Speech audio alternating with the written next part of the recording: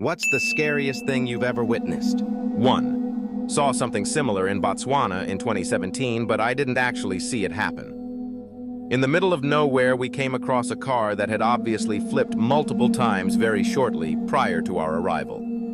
The driver and a passenger from the back were still in the car with seatbelts on, injured but not life-threatening. They were both softly but frantically speaking in Setswana, which I don't speak. About 100 feet in front of the car, in the middle of the road, was the front seat passenger with only the bottom half of his head remaining. I was in a haze for like a week after seeing that.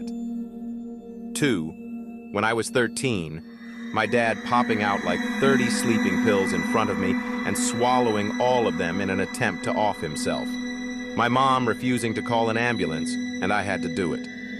The fire department arriving and keeping my dad awake as he swayed around and fell over and vomited in the yard.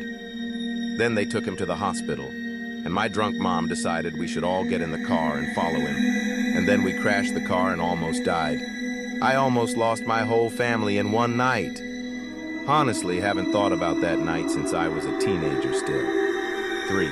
When I was 15, my sister's boyfriend was living with us.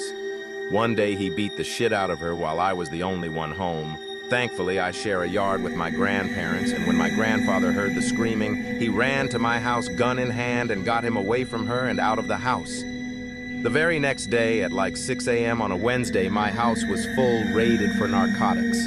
They slammed my sister and mother on the ground, guns pointed, battering ram to the door and all. Turns out her, at this point ex-boyfriend and her, had been selling drugs out of our house.